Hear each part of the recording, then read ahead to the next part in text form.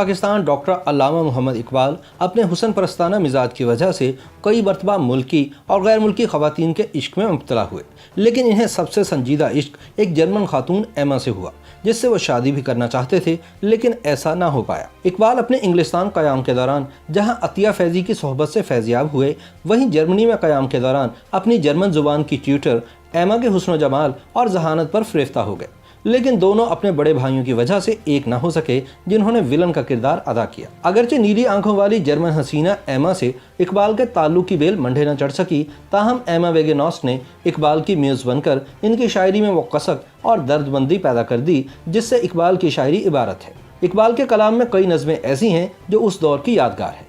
حسن و عشق، چاند اور تارے، کلی، وصال، سلیمہ، عاشق ہرجائی، جلوہ حسن، اختر صبح، تنہائی اور دیگر کئی نظمیں شامل ہیں جن پر ایما سے تعلق کی گہری چھاپ نظر آتی ہے۔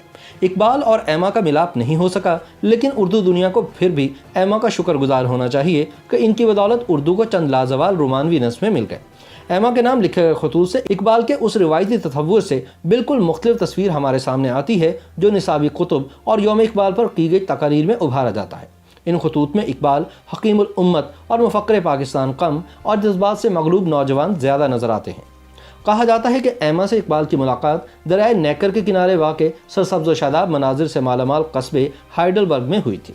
ایک تو ماحول رومان پرور، اوپر سے اقبال بھرپور جوانی کے عالم میں، اور پھر حسین و جمیل ایما۔ اقبال کی نظم ایک شام دریائے نیکر ہائیڈلبرگ کے کنارے پر سے ان کے جذبات کا اندازہ ہوتا ہے۔ خیال رہے کہ اقبال اس وقت نہ صرف شادی شدہ تھے بلکہ 2 بچوں کے باپ بھی بن چکے تھے۔ یہ الگ بات ہے کہ 18 برس کی عمر میں والدین کی پسند سے کریم بی بی سے ہونے والی اس شادی سے اقبال سخت ناخوش تھے۔ ایک خط میں انہوں نے لکھا کہ میں اپنے والد صاحب کو بتا چکا ہوں کہ انہیں میری شادی طے کرنے کا کوئی حق نہیں تھا۔ میں کریم بی بی کی کفالت کرنے کو تیار ہوں، لیکن اس کو ساتھ رکھ کر اپنی زندگی کو عذاب نہیں بنا سکتا۔ تعلیم کی غرض سے ہندوستان سے برطانیہ پہنچ کر مشرق کی پراسراریت سے معمور اور غیر معمولی حد تک ذہین و فتین اقبال نے خواتین کی توجہ مقناطیس کی طرح اپنی طرف کھینچ لی۔ اقبال کا کلام شمالی ہندوستان کے گوشے گوشے میں معروف ہو چکا تھا اور اس کی شہرت کے کچھ چرچے انگلستان میں بھی پہنچ چکے تھے۔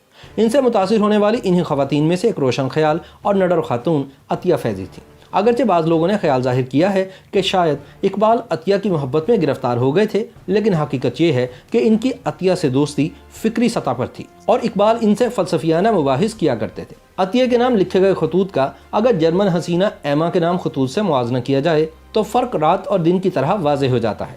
29 برس کی عمر میں اقبال برطانیہ سے BA کرنے کے بعد میونخ یونیورسٹی سے PhD کی ڈگری حاصل کرنے کی غرض سے سن 1907 کے موسم بہار میں جرمنی پہنچے تھے، جہاں ان کی ملاقات ایما سے ہوئی۔ ایما 26 اگست سن 1879 کو دریائے نیکر کے کنارے واقع قصبے ہائلبرون میں ایک بزنس مین کے گھر پیدا ہوئی تھی۔ ان کی 3 بہنیں اور 2 بھائی تھے۔ نیلی آنکھوں اور کالے بالوں والی 27 سالہ ایما اقبال سے عمر میں 2 برس چھوٹی لیکن قد میں 1 انچ لمبی تھی۔ ایما کی صرف ایک ہی تصویر دستیاب ہے۔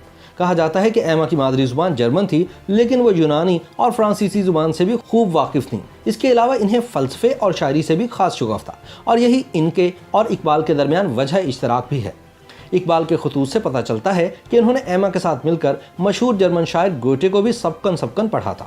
یونیورسٹی سے فارغ التحصیل ہونے کے بعد ایما نے مقامی بورڈنگ ہاؤس میں ملازمت اختیار کر لی، جہاں وہ بین الاقوامی طلباء کو جرمن زبان سکھاتی تھیں اور اس کے بدلے میں انہیں مفت طعام و قیام فراہم کیا جاتا تھا۔ ایما سے ملنے کے بعد عورتوں کے حوالے سے اقبال کے خیالات میں واضح تبدیلی آئی۔ ایک خط میں وہ لکھتے ہیں کہ انگریز عورت میں وہ نسائیت اور بے ساختگی نہیں جو جرمن عورت میں ہے۔ جرمن عورت ایشیائی عورت سے ملتی ہے، اس میں محبت کی گرمی ہے۔ انگریز عورت میں گرمی نہیں۔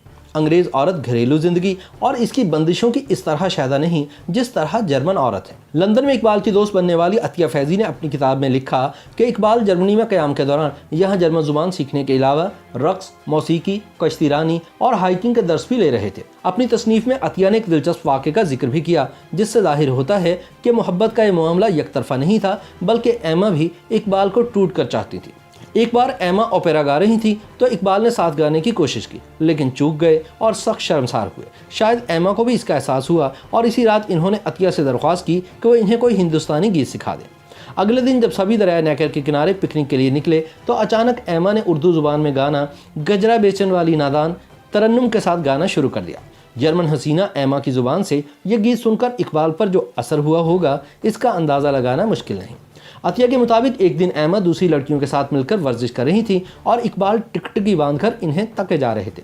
عطیہ نے ٹوکا تو وہ کہنے لگے کہ میں فلکیات دان بن گیا ہوں، ستاروں کے جھرمٹ کا مشاہدہ کر رہا ہوں۔ بعض ماہرین اقبالیات کے مطابق معاملہ صرف زبانی کلامی نہیں رہا تھا اور اقبال ایما سے شادی کرنا چاہتے تھے۔ خود ایما کے کزن کی بیٹی ہیلاکرش شوف نے سعید اختر دورانی کو بتایا تھا کہ ایما سن 1908 کے لگ بھگ ہندوستان جانا چاہتی تھی، لیکن ان کے بڑے بھائی اور خاندان کے سربراہ کارل نے انہیں دور دراز ملک میں تنہا جانے سے منع کر دیا تھا۔ دوسری طرف اقبال ہندوستان لوٹنے کے بعد بڑی شدت سے یورپ واپس جانا چاہتے تھے، جس کا اظہار انہوں نے نہ صرف کئی بار ایما سے بھی کیا بلکہ عطیہ کو لکھے گئے خطوط میں بھی اس کا اندیا ملتا ہے۔ لیکن جس طرح ایما کے بڑے بھائی ان کے ہندوستان جانے کی راہ میں آڑے آ گئے، تقدیر کی ایک عجیب ستم ظریفی کی روح سے، بالکل اسی طرح اقبال کے بڑے بھائی ان کے واپس ولایت جانے میں رکاوٹ بن گئے۔ 9 اپریل سن 1909 کو علامہ اقبال لکھتے ہیں کہ میں کوئی ملازمت کرنا ہی نہیں چاہتا، میرا منشا تو یہ ہے کہ جتنا جلد ممکن ہو اس ملک سے بھاگ جاؤں۔ سبب آپ کو معلوم ہے، میرے اوپر اپنے بڑے بھائی کا اخلاقی قرض ہے جو مجھے روکے ہوئے ہے۔ اخلاقی قرض یہ تھا کہ اقبال کی تعلیم کے اخراجات ان کے بھائی نے ادا کیے تھے اور وہ یورپ سے آنے کے بعد انہیں یہ رقم لوٹانا چاہتے تھے۔ اقبال ایما کو لکھتے ہیں کہ کچھ عرصے بعد جب میرے پاس پیسے جمع ہو جائیں گے تو میں یورپ کو اپنا گھر بناؤں گا، یہ میرا تصور ہے اور میری تمنا ہے کہ یہ سب پورا ہوگا۔ تاہم یہ تصور اور یہ تمنا ناکام حسرت بن گئی۔ اقبال کی زندگی کا یہ حصہ سخت مالی مشکلات سے نمٹتے ہوئے گزرا۔ اس تمام عرصے کے دوران ایما کی یاد ان کے دل سے کبھی محو نہ ہو سکی۔ وہ اکثر کہتے تھے کہ میں جسمانی طور پر ہندوستان میں تو آ گیا ہوں لیکن میرا دل جرمنی میں ہی رہ گیا ہے۔ اقبال نے ایما ویگناس کو کل 27 خطوط ارسال کیے تھے جن میں سے اکثر جرمن زبان میں تھے۔ ایک خط میں اقبال بڑی حسرت سے لکھتے ہیں، مجھے وہ زمانہ یاد ہے جب میں آپ کے ساتھ مل کر گوئٹے کا کلام پڑھا کرتا تھا اور میں امید کرتا ہوں کہ آپ کو بھی وہ خوشیوں بھرے دن یاد ہوں گے جب ہم ایک دوسرے کے اس قدر قریب تھے۔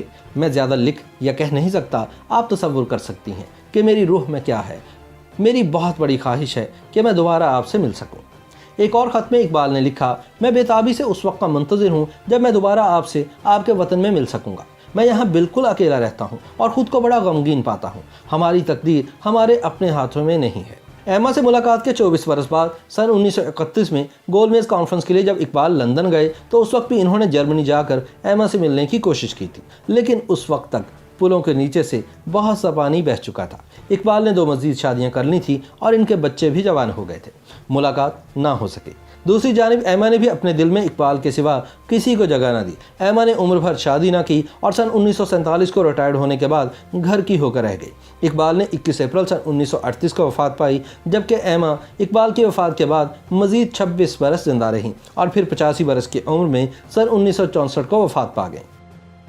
YouTube پر گوگلی نیوز دیکھنے کے لیے youtube.com کی سرچ بار میں googly news T V type کریں۔ گوگلی نیوز کے پیج پر سرخ رنگ کے سبسکرپشن والے بٹن پر کلک کرنا نہ بھولیے۔ YouTube پیج پر اپلوڈ ہونے والی ویڈیوز سے باخبر رہنے کے لیے بیل آئیکن پر کلک کیجیے۔ آپ کو ہر نئی ویڈیو کے بارے میں نوٹیفیکیشن موصول ہو جائے گا۔